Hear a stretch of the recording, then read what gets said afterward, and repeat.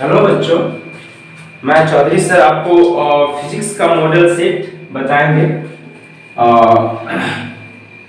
जो Bihar board upload किया है उसका सारा एनालिसिस आपको दे रहे हैं। ये आपके एग्जामिनेशन पॉइंट ऑफ व्यू से बहुत इंपॉर्टेंट होगा और भी कई क्वेश्चंस आपको हम फिजिक्स का करवाएंगे। आपका पहला एग्जाम फिजिक्स का है और इस तरह से मैथ का भी आपको करवाएंगे। मैथ और फिजिक्स का टीचर मैं हूँ, 9 साल से पढ़ा रहा हूँ। तो चलिए हम लोग डिस्कस करते हैं। इसका पीडीएफ नीचे डिस्क्रिप्शन में रहेगा, आप उसको ओपन कर लो, फिर आप एनालिसिस देखो, आपको सब समझ में आएगा क्लियरली। ओके, सो हमको भी डिस्कस करना है। आवेशित चार्ज आपको निकालना है। यहाँ कंडक्टिंग प्लेट के समीप, कंडक्टिंग प्लेट है, इसके समीप इलेक्ट्रिक फील्ड क्या होगा। तो ये फार्मूला होता है सिग्मा बाय एप्सिलॉन नॉट, जानते हो। इसका ऑप्शन हो जाएगा ए करेक्ट। दो में है relation between electric field and potential. Electric field and potential में क्या रिलेशन होता है? Then we have the relation E is equals to minus dV by dr। ये रिलेशन क्या होता है? E is equals to minus dV by dr। ये आपका ए ऑप्शन है। यदि आप यहाँ से dV यदि लिखोगे तो क्या हो जाएगा बताओ? ये हो जाएगा माइनस E डॉट dr। बहुत इंपॉर्टेंट रिलेशन है, इसको आप याद रखोगे। इलेक्ट्रिक फील्ड और पोटेंशियल, इसको हम कहते हैं negative gradient of, negative gradient of potential, negative gradient of potential is called electric field, right? What is our next question? 9 kilometre 9 kilometre त्रिज्या है। देखो इधर 3 में हम लोग का स्फीयर का रेडियस कितना दे दिया है? 9 किलोमीटर दे दिया। And we have to find out electrical capacity of the spherical conductor. So you have to find out the value of C. So C is equals to what? 4 pi epsilon naught. This is 4 pi epsilon naught, 4 pi epsilon naught and R. And what is the value of 4 pi epsilon naught? So this is we know value of 1 upon 4 pi epsilon naught is 9 cross 10 to the power 9। so 1 by 4 pi epsilon naught पलट देंगे तो कितना हो जाएगा हम लोग का? 1 by 9 cross 10 to the power minus 9 and r is 9 kilometer, right? so kilometer means 10 to the power 3 meter, again kilometer means 9 cross 10 to the power 3 meter, sorry 9 kilometer, yeah it is okay। So this is not 10 to the power minus 6 and this is 1 macrofarad. So its answer is 1 macrofarad. Our answer is A, 1 macrofarad. Capacitance of parallel plate capacitor, very easy formula। Capacitance of parallel plate capacitor क्या होता है? So C is equals to epsilon naught A upon D। And if dielectric constant are there, so this epsilon r will be with epsilon naught epsilon r A by D। if you insert dielectric, the capacity will increase। you know other formula of capacitors? What is the force? Force is q square upon 2a epsilon naught। this is negative because this force will be attractive। what is the potential energy? So this is q square d upon 2a epsilon naught is equals to q square upon 2c is equals to half cv square। all these are the formula of potential energy। and one is electrostatic energy density। this is energy density means energy upon volume and its formula is equals to half epsilon naught e square। you know what is the energy density in magnetic field? 1 upon 2 mu naught into E square। these two formula are very easy, very important to you। these two formula is very important to you। so here we have to compare the resistance of galvanometer and voltmeter। you know how we can convert a galvanometer into a voltmeter? so if we will add very high resistance in series, S is very greater than G। in fact S is equals to G into n minus 1। so n minus 1 times larger resistance is added, so S is equals to G into n minus 1 means and the overall resistance of the galvanometer will be equals to S plus G, you know. So S plus G will be equals to Ng. So we can say the voltmeter resistance is n times greater than resistance of galvanometer, of course. So voltmeter का resistance जो है galvanometer से n times क्या होगा, बड़ा होगा, n times बड़ा होगा. तो किसका रेसिस्टेंस बड़ा होगा, वोल्टमीटर का. सो इसका आंसर हो गया ए. वोल्टमीटर का रेसिस्टेंस गैल्वेनोमीटर से क्या होता है, बड़ा होता है, right. The specific resistance of the wire depends upon a specific resistance. R is equals to rho into L upon A. So this is a specific resistance, and it does not depends upon current, voltage, or the dimension of the conductor.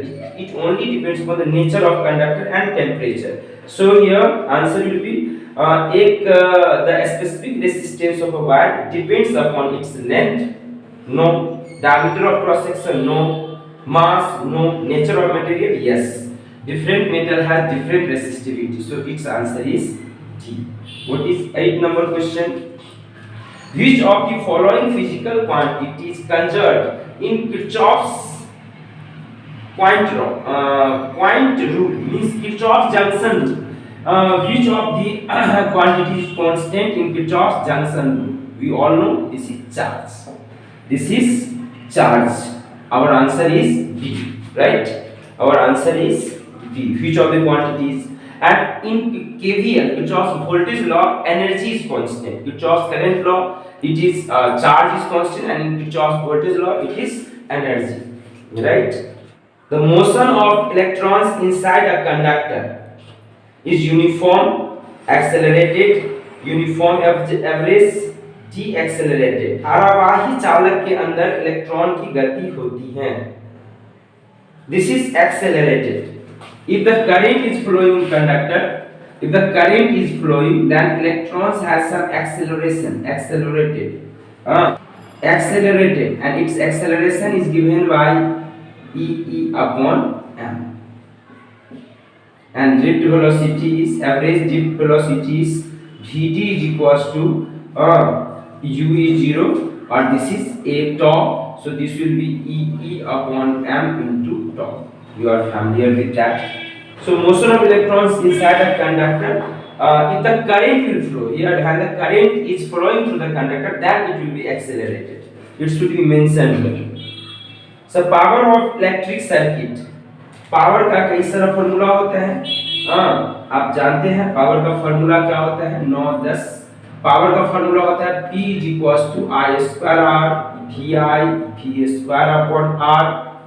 All these are the formula of electric power. So your appropriate answer is C. What is 11? Which of the following is correct for force on moving charge?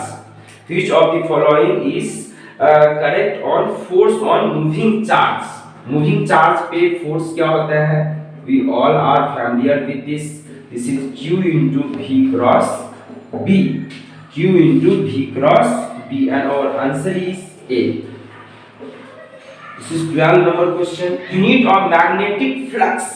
We all are very familiar with the unit of magnetic flux. Phi is equals to B dot A, and its unit is Weber. B का unit क्या होता है? Tesla. Tesla. Are you understanding? So unit of magnetic flux is Weber. So our answer is D, Weber. Power factor of circuit having only resistance. Remember it. Power of the circuit having only resistance. Only resistance means all energy will be consumed in resistor, and here the power factor will be cos alpha will be equals to 1. So power factor of pure resistance is 1. Pure resistance का power factor कितना होगा? 1 होगा. इसका answer हो गया A. यदि आपको दे देगा प्योर कैपेसिटर का पावर फैक्टर क्या होता है? PF 0. प्योर इंडक्टर का पावर फैक्टर क्या होगा बताइए? 0. Pure capacitor and pure inductor energy consume नहीं कर सकते हैं, राइट? तो उसका पावर फैक्टर कितना होगा? 0. लेकिन रेसिस्टेंस टोटल एनर्जी कंज्यूम कर लेगा, तो इसका पावर फैक्टर होगा हम लोगों का 1. right? The root mean square value of alternating current is equal to 14. RMS value of alternating current is equal to RMS value of alternating current is equals to, so RMS value are I naught upon root 2. RMS value peak value से root 2 times कम होता है, हम लोग सभी जानते हैं। Which of the following is the correct relation between geometric length and the magnetic length of a magnet?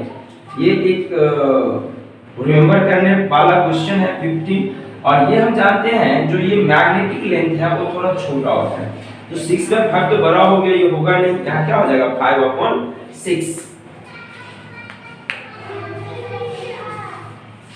geometric length and this is magnetic length, so geometric length बड़ा होगा और magnetic length छोटा होगा।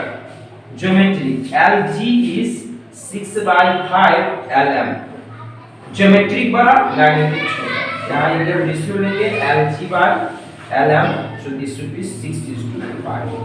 so tricky question, not very important, this is least important। which of the following is correct for Earth's magnetic field? If pH is horizontal component of the Earth's magnetic field and delta is angle of the Earth's magnetic field, so if this is BH and this is BV, then this is delta and this is our Earth's magnetic field. So BH is equals to B cos delta, and B will be equals to BH upon what? Cos delta. So your answer will be B will be equals to BH upon cos delta, and our answer is BH upon cos delta. It is A. 16 number question हम discuss कर रहे हैं, हो गया। 16 number question क्या कहता है कि मैग्नेटिक फील्ड B और horizontal component of magnetic field में क्या रिलेशन होगा।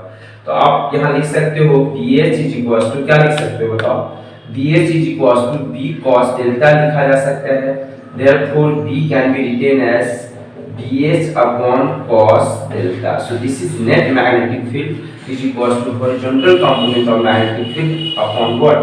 Cos delta. Intensity of magnetization. Intensity of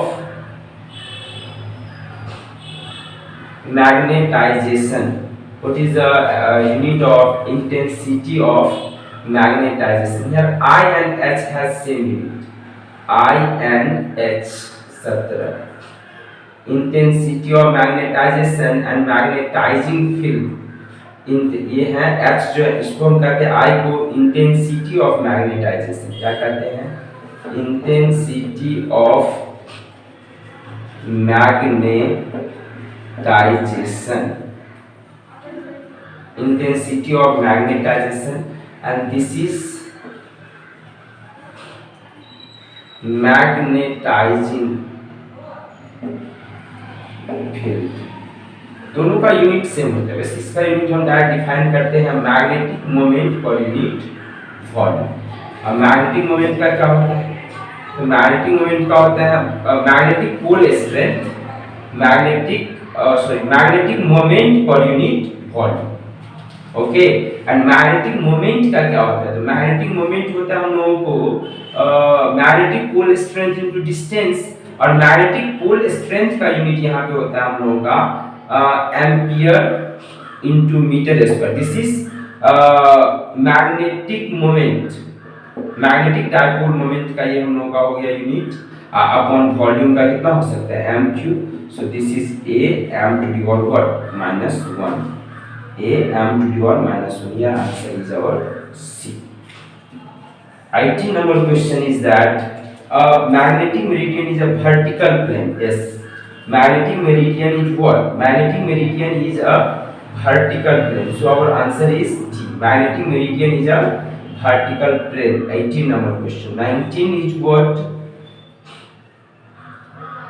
Magnifying power of simple macroscope। Okay, so what is a magnifying power of simple macroscope? This is 1 plus d upon what? F, Magnifying power of simple microscope is 1 plus t upon f, and its answer is A. Focal length of the normal eyes is approximately 2 centimeter.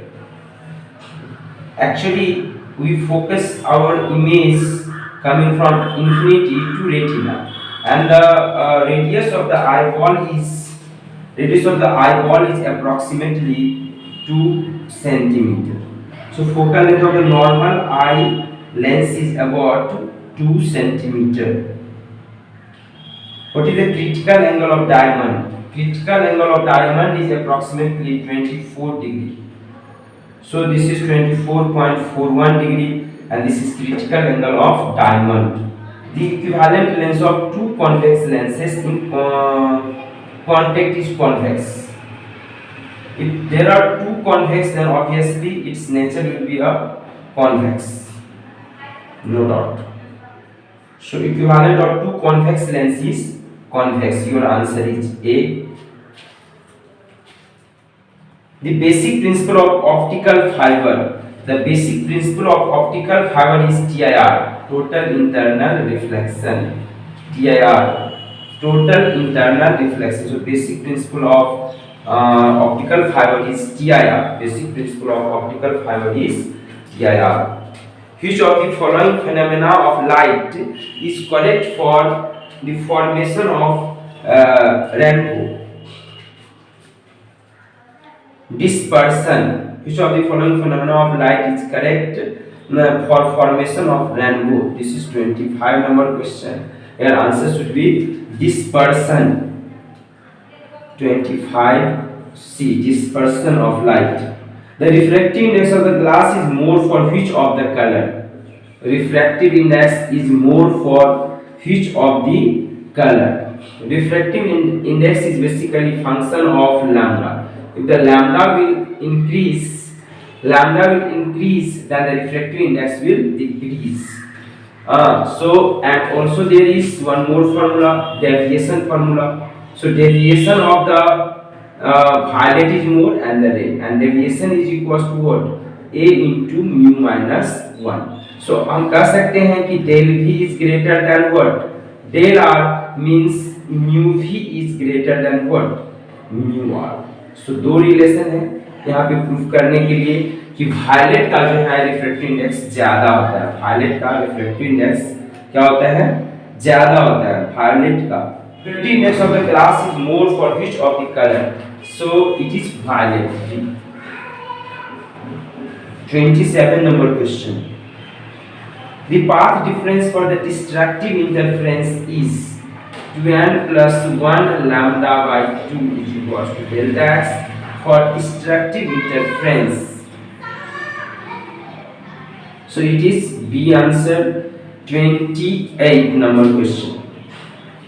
Which of the following phenomena confirms the transverse nature of the light? And this is polarization is only phenomena which describe light is a transverse wave. This is polarization, very popular question, asked many times in question. कई बार पूछा गया है. Depolarization. Polarization is only phenomena which states that light is a transverse wave. The bending of light from corners of the obstacle is called diffraction. 29. Diffraction. Bending is called diffraction. Work function of silver should be very small, like 2.5 electron volt. Work function A. Work function of silver should be small, like 2.5 electron volt. Planck constant. What is the value of Planck constant? The value of Planck constant should be 6.626 cross 10 to the minus 34 joule second. 6.626 cross 10 to the minus 34 joule second. The value of Planck constant.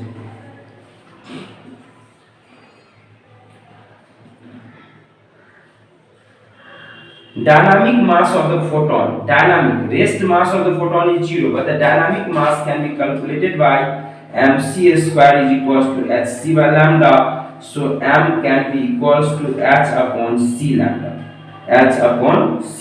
Your answer is B. यहाँ पे दो question पूछा जा सकता है आपका। ये dynamic मास है डायनामिक मास ये होगा और रेस्ट मास यदि पूछता तब क्या हो जाता बताइए? रेस्ट मास यदि आपसे पूछता तो होता 0। तो यहाँ 0 पहला ही ऑप्शन है, but that is not true. Here the dynamic mass, so option B is correct, not A. Which of the following series is ultraviolet? Lyman series. You know Lyman. Lyman series is ultraviolet series. Which of the following is ultraviolet? So A is Lyman. Palmer is visible, and Paschen, Bracken, Pifon, and the Humphrey series is in IR region. All of you are familiar with this. Which of the following is not applicable? Nuclear phenomena, natural phenomena, atomic phenomena, and spontaneous phenomena. 34. Which of the following is not applicable for radioactivity? So this is nuclear phenomena is true, natural phenomena is true, atomic phenomena and spontaneous phenomena. What do you mean by here atomic phenomena? I think C should be answered. 34. तेजी से चलने वाला electron होता है beta किरण। तेजी से चलने वाला इलेक्ट्रॉन 35 में तेजी से चलने वाला इलेक्ट्रॉन क्या होता है? बीटा रेज, बीटा किरण। बी आंसर भी बी। अल्फा कण होता है हीलियम का नाभिक। अल्फा कण क्या होता है? हीलियम का नाभिक होता है। He2+ किसका नाभिक होता है? अल्फा कण हीलियम का नाभिक होता है। प्रेषित एंटीना का length D = √2HR is true relation. This is 38. Hydrogen परमाणु की ऊर्जा होती है 13.6 electron. The energy of hydrogen in ground state is -13.6 electron volt. This is 38, 39. When an impurity is doped in intrinsic semiconductor, its conductivity increases. If impurity is doped into the intrinsic semiconductor, its conductivity increases. Its conductivity doping से हम लोग का क्या होता है? p type या n type semiconductor बना सकते हो। ये तुम ट्राइवैलेंट लोगे तो क्या बन जाएगा? p type. यहाँ पे हम सीख सकते हैं कि ट्राइवैलेंट और पेंटावैलेंट। ट्राइवैलेंट लोगे तो यहाँ पे एक होल क्रिएट हो जाएगा 3 बॉन्ड, और पेंटावैलेंट लेंगे तो एक इलेक्ट्रॉन क्रिस्टल में एक्स्ट्रा हो जाएगा। इस प्रोसेस को हम बोलते हैं मिक्सिंग ऑफ ट्राइवैलेंट और pentavalent impurities is called process of mixing is called doping. So after doping the conductivity increases. NOR gate. So what is NOR gate? Not OR. So this is OR gate. Other gate भी आप याद कर सकते हो। NAND gate का function क्या होता है? AND गेट का क्या होता है? OR गेट का क्या होता है? JOR गेट का क्या होता है? सैंपल क्या होता है इसका? NAND गेट का सैंपल क्या होता है? AND गेट का सैंपल क्या होता है? और OR गेट का सैंपल क्या होता है? All these things are clear to us. Which of the following is correct? Output frequency of input frequency 50 Hz of the output half wave rectifier. देखो यहाँ दो क्वेश्चन बनता है। Half wave rectifier, half wave क्या होगा? एक pulse को rectify करेगा, दूसरा खाली, फिर तीसरा। इसमें फ्रीक्वेंसी चेंज नहीं होता है। इनपुट यदि हम लोग का 50 है, इनपुट यदि हम लोग का 50 हर्ट्ज है, देन आउटपुट भी कितना होगा? 50 हर्ट्ज ही होगा। इनपुट यदि 50 हर्ट्ज है तो आउटपुट भी क्या होगा? 50 हर्ट्ज ही होगा। लेकिन यदि फुल वेव रेक्टिफायर है तो इनपुट यदि हम लोग यहां लेंगे फुल वेव में, किसमें? फुल वेव में। ये क्या है हम लोगों का? हाफ वेव रेक्टिफायर है। तो 50 = आउटपुट 50। यहाँ इनपुट यदि हम लेते हैं 50 हर्ट्ज तो आउटपुट फ्रीक्वेंसी डबल हो जाएगा। आउटपुट फ्रीक्वेंसी डबल हो जाएगा and the output frequency will be 100 hertz. यदि इनपुट 50 हर्ट्ज लेंगे तो आउटपुट क्या हो जाएगा? 100 hertz.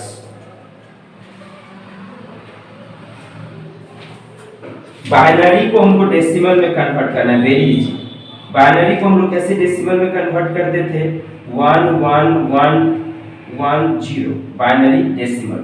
So this is 0 1 2 3 4, so 1 cross 2 to your 4 plus 1 cross 2 to your 3 plus 1 cross 2 to the power 2 plus 1 cross 2 to the power 1 plus 0 cross 2 to the power 0, and our answer is 16 plus 8 plus 4 plus 2, 20 10 30.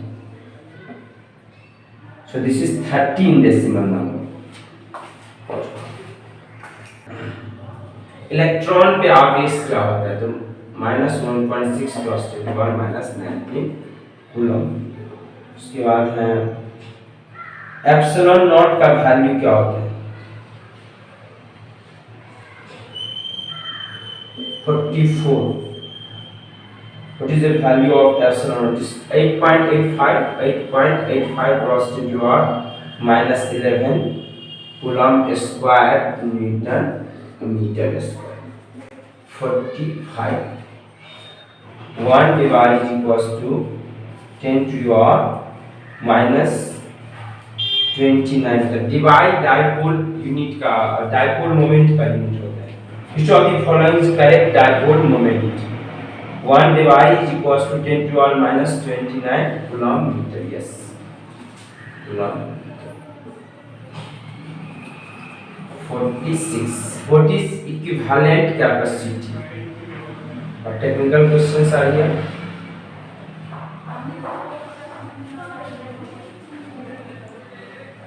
मतलब इसको हम short कर दिए तो ये cut हो गया, और सीसी का सीरीज में क्या हो जाता है, c/2। So your answer is what, 8।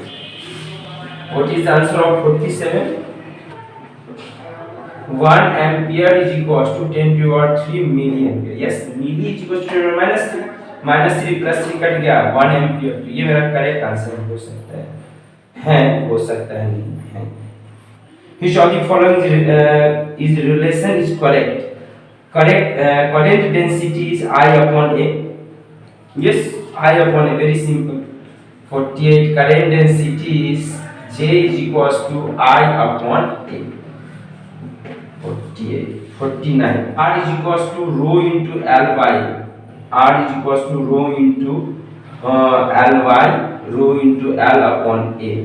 Our correct option is A. And also the correct option is A. 49, 50. What is the value of I? Current are coming from three directions. This is 10 ampere, this is 20 ampere, this is also coming, and this is also coming. This is 10 ampere. So what will be current here? So I will be 10 40 amperes. What will be your current? It will be 40 ampere. Our answer is C, 51. Which of the following measured by potentiometer? EMF of cell, this is EMF of cell. Potentiometer से हम क्या major कर सकते हैं? EMF of cell. Yes, it can be measured by potentiometer. Our answer is C. This is 52. 1 kilowatt hour, बहुत popular question है, board में बराबर पूछते रहता है। 1 kilowatt hour is 1 kilo means कितना, 10 to the 3, और hour means 3600 second. So now this is joule, now this is joule. So now this will be 3 to 5, 36 cross 10 to the 5 हो सकता है, या फिर यहाँ हम 10 लेंगे तो इधर 10 से गुना हो जाएगा, 10 divide 10 multiply 3.6 cross 10 to the 6, ये हो सकता है, ये हो सकता है। Right now you 3.6 cross 10 to the 6, C is your answer. 52. 53 is what, 1 tesla is equals to 1 tesla is equals to 1, you know phi is equals to BA, therefore B will be equals to phi upon A, and this is 1 Weber per meter square, 1 Weber per meter square, 1 epsilon is equal to 1 weber per metre square. Your answer is 53 54. Magnetic flux, what is magnetic flux? B dot A. And what is electric flux? Tell me E dot A. Magnetic flux B dot A और electric flux E dot A. So magnetic flux होता है B dot A. Electric flux क्या होता है, कोई जानते हो? Yes, E dot A. Gauss law क्या होता है? E dot ds is equals to q in by epsilon naught. या टोटल फ्लक्स हाई टोटल बराबर भी q in by epsilon not हम लिख सकते हैं। टोटल फ्लक्स एम्पियर्स लॉ क्या होता है? B dot dl Ampere's law B dot dl mu naught I n c l। इसका डायरेक्ट फार्मूला है जो तुमको पूछा जा सकता है। मेरा ये क्वेश्चन 54 55 में क्या है बताओ? The velocity of electromagnetic wave, very important formula, under root mu naught epsilon naught. Velocity of electromagnetic wave is under root mu naught epsilon naught. तो देखो इसमें कई तरह से क्वेश्चन पूछ सकता है। इसका डायमेंशन पूछ सकता है lt का पावर -1। एक इसमें और भी फार्मूला होता है EBC। तो यहां से c बराबर लोगे तो क्या होगा? E by b। और यहां पे एक RI का फार्मूला आ सकता है, रिफ्रैक्टिव इंडेक्स। n बराबर होता है under root mu r epsilon naught. अभी हम लोगों का ये है आंसर और ये है आंसर नंबर बी। BC तो भाई मैच कर लो। PDF डाउनलोड कर लेना है, PDF सामने रखो, फिर एक बार इस वीडियोस को तुम देख सकते हो, तुम्हारा क्लियर हो जाएगा सर। पहले से बहुत बच्चा जो एक बार देखे हो, एक बार प्लीज इसको फास्ट करके देख सकते हो, फास्ट में। फोटोन, एनर्जी ऑफ फोटोन क्या होता है बताओ? तो E इक्वल्स टू क्या होता है? h new. फोटोन के बारे में जानते हैं हम, E इक्वल्स टू क्या होता है? h new. ये तुम्हारा आंसर है। 57 में क्या है बताओ? 1 इलेक्ट्रॉन वोल्ट, बहुत पॉपुलर क्वेश्चन है यार। 1.6 × 10⁻⁹ जूल, याद रखेंगे। 1 इलेक्ट्रॉन वोल्ट क्या होता है? 1.6 × 10⁻⁵। 58 बाइनरी को कन्वर्ट करना है ना, 1 1 2, ये हो जाएगा 1 × 2 और 0 1 2 2 1 × 2 और 1 1 × 2 और 0 and this is 4 + 2 + 1, it is equal to 7. Your answer is A. तो ये कन्वर्शन सीख लेना है। यदि नहीं आता है तो इसको देखो, थोड़ा सा इसको अलग से सीखने का प्रयास करो ऑलवेज। हाँ 59 कौन सही नहीं है? 0 + 0 तो 0 होता है, सही है। 0 + 1 1 होता है, सही है। 1 + 0 1 होता है, सही है। Which of the following is not correct for binary addition? Oh, ये addition दिया हुआ है भाई, addition। addition में कौन सही है? तो ये सही है। But 1 + 1 = 1। देखो लॉजिकली, लॉजिक ऑपरेशन यानी और गेट के लिए सही है, लेकिन एडिशन के लिए सही नहीं है। 1 + 1 होता है 1 0, याद रखना। 1 + 1 क्या होता है? 1 0। तो हमको बाइनरी एडिशन के लिए बोल रहा है कि कौन सही है कि नहीं। तो बाइनरी एडिशन के लिए यदि हम देखेंगे तो ये मेरा सही नहीं होगा। एडिशन ये गलत हो गया, 1 + 1 1। लेकिन यदि बाइनरी ऑपरेशन यदि हम देखेंगे और गेट के लिए सही है कि नहीं? यस सही है। तो हमको तो और गेट नहीं पूछा जा रहा है, हमको पूछ रहा है binary addition.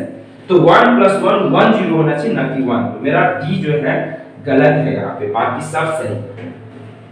These are okay.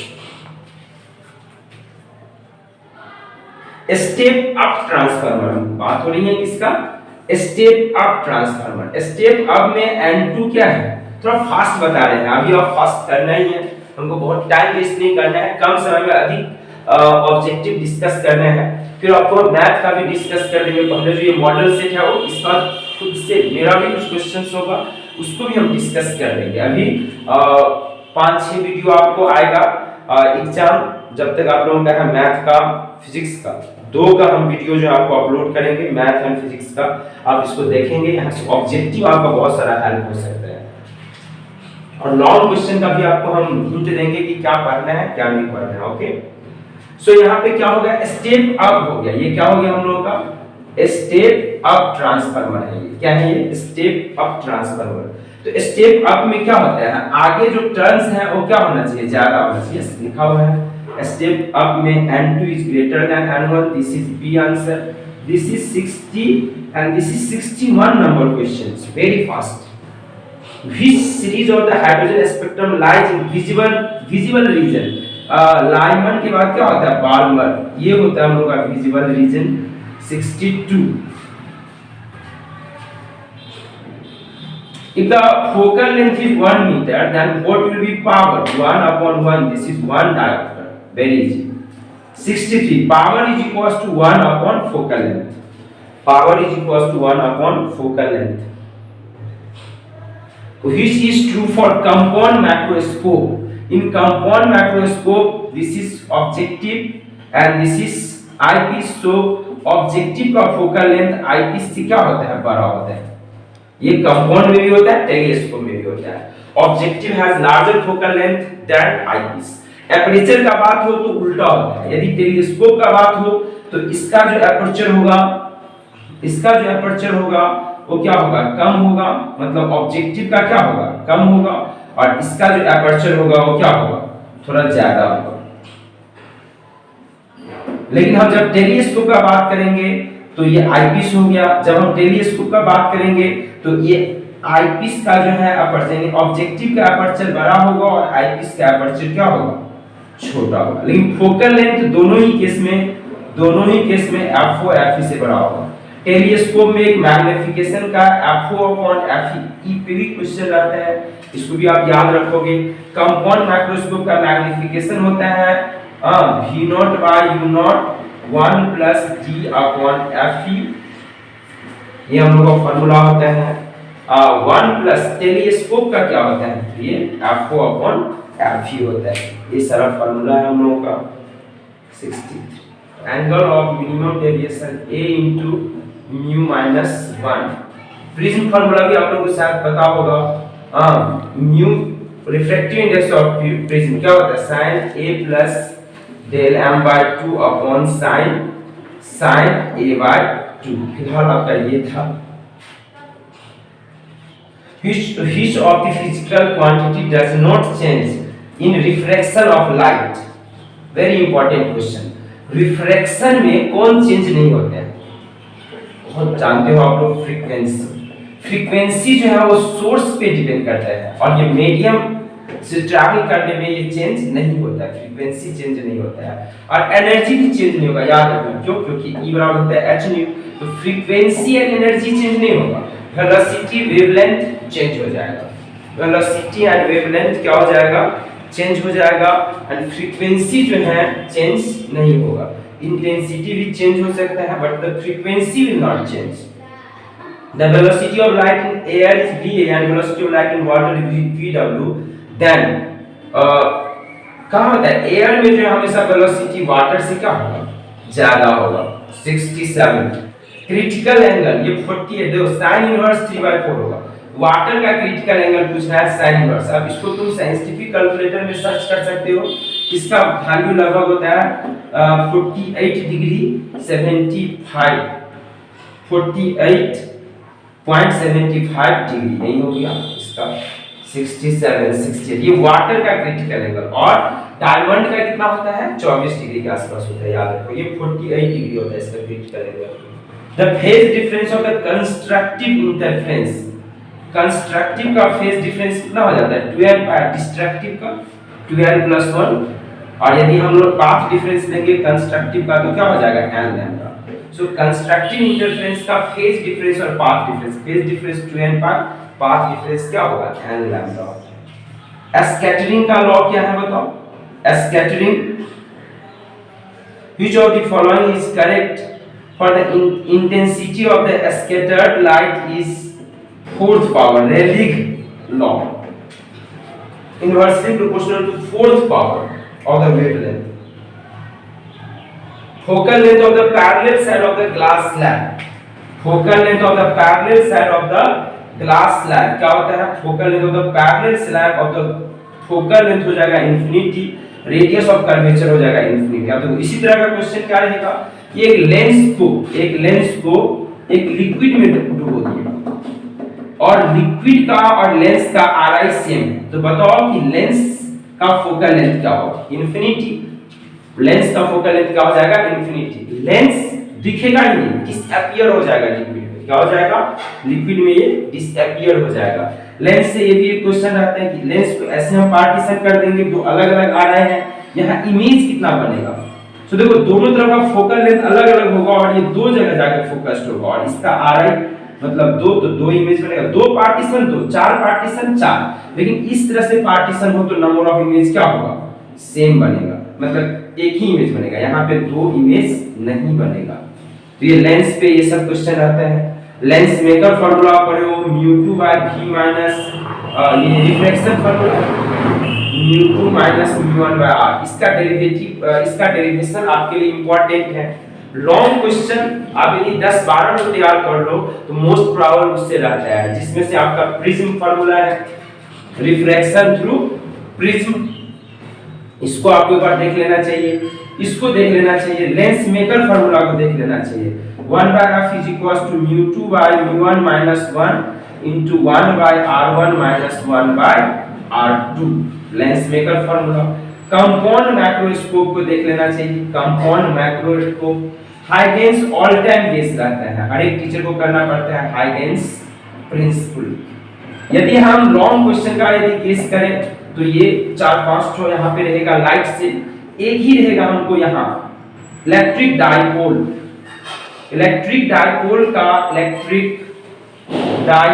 का आपको क्या निकालना है? फील्ड एंड पोटेंशियल, ये इंपॉर्टेंट आपका हो सकता है। इलेक्ट्रिक डाइपोल का field and potential, Gauss law all time base रहते हैं, गॉस लॉ। हाँ, करंट इलेक्ट्रिसिटी में एक ही हमको तैयार करना है, पोटेंशियोमीटर, और यदि Wheatstone bridge, balanced Wheatstone bridge तैयार कर सकते हैं। मैग्नेटिज्म में हमको एम्पियर्स लॉ याद रखना है, एम्पियर्स लॉ, और एम्पियर्स लॉ से हम mu not I, Ampere's law से सोलेनॉइड के अंदर मैग्नेटिक फील्ड डिराइव करेंगे। एम्पियर्स लॉ से सोलेनॉइड के अंदर मैग्नेटिक फील्ड का एक्सप्रेशन निकालना है, टोराइड के अंदर भी निकालना है, सोलेनॉइड और टोराइड के अंदर मैग्नेटिक फील्ड निकालना, ये आपका गेस है। और देखो बायोट-सावर्ट्स लॉ भी आपको ऑल टाइम गेस है। बायोट-सावर्ट्स लॉ में आपको एक करंट कैरिंग जो कॉइल है, इसके एक्सिस पे मैग्नेटिक फील्ड का एक्सप्रेशन निकालना है। ट्रांसफार्मर आप देख सकते हैं एक बार, ट्रांसफार्मर आरएमएस वैल्यू रहता है, आरएमएस वैल्यू आपको निकालना है करंट एंड वोल्टेज का, आरएमएस वैल्यू। यहाँ फोटो इलेक्ट्रिक इफेक्ट क्या देख पढ़ लेना आपको, फोटो इलेक्ट्रिक इफेक्ट, फिजिक्स में फोटो इलेक्ट्रिक इफेक्ट आप पढ़ लीजिए। हाँ, इसके बाद आप जो है hydrogen spectrum, Bohr's model and hydrogen spectrum पढ़ लीजिए। बैंड थ्योरी ऑफ सेमीकंडक्टर ये आप देख सकते हैं, और rectifier, full wave rectifier and half wave rectifier, ये सब। Faraday and Lenz law short question में बराबर रहता है, Faraday and Lenz law, Kirchhoff's law, Brewster law, polarization, जो बेसिक कांसेप्ट है, टीआईआर, ऑप्टिकल फाइबर, ये सब क्वेश्चन आपको एकदम सिंपल क्वेश्चन है, और मान लीजिए ऑल टाइम गेस है, ये हर एक टीचर का गेस है।